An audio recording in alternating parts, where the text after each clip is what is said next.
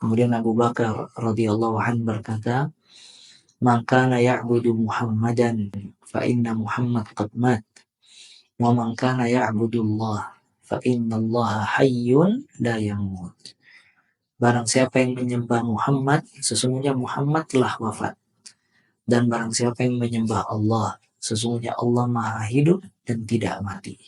Kemudian Abu Bakar membacakan ayat di dalam Al-Quran, "Ma kana Muhammadun aba ahadin min rijalikum walakin Rasulullah wa khataman nabiyyin." Ya, dan tidaklah Muhammad bapak salah seorang di antara kalian, tapi Rasulullah dan penutup para nabi. Kemudian juga Abu Bakar membacakan ayat, "Afa imata aw qutila qalabtum ala a'qabikum wa ma Muhammadun illa rasul qad khalat min qablihi ar-rusul. Afa imata aw qutila inqalabtum ala a'qabikum." Dan tidaklah Muhammad itu seorang rasul, dan sebelumnya telah datang rasul-rasul. Dan apabila dia wafat, kalian akan berbalik lagi dari agama kalian. Dan apabila dia wafat atau terbunuh, kalian akan balik lagi dari agama kalian. Maka baru orang itu tersadar. Dan setiap orang keluar dari daerah tersebut sambil melantunkan ayat tadi. Seolah-olah ayat itu baru diturunkan ketika diucapkan oleh Abu Bakar As-Siddiq radhiyallahu ta'ala.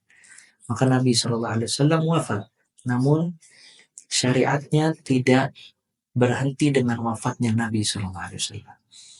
Maka syariatnya telah sempurna, perintahnya telah sempurna, semuanya telah dijelaskan. Semua jalan ke surga telah dijelaskan oleh Nabi SAW, dan semua jalan menuju neraka telah dijelaskan oleh Nabi SAW. Maka orang yang datang setelah Nabi SAW tidak ada yang bisa dia lakukan kecuali mengikuti petunjuk Nabi Muhammad SAW. Apabila dia ingin bahagia, dia ingin masuk surga, dia ikuti petunjuk Nabi SAW. Dan apabila dia ingin selamat dari api neraka dan tidak sengsara, dia ikuti petunjuk Nabi Muhammad SAW.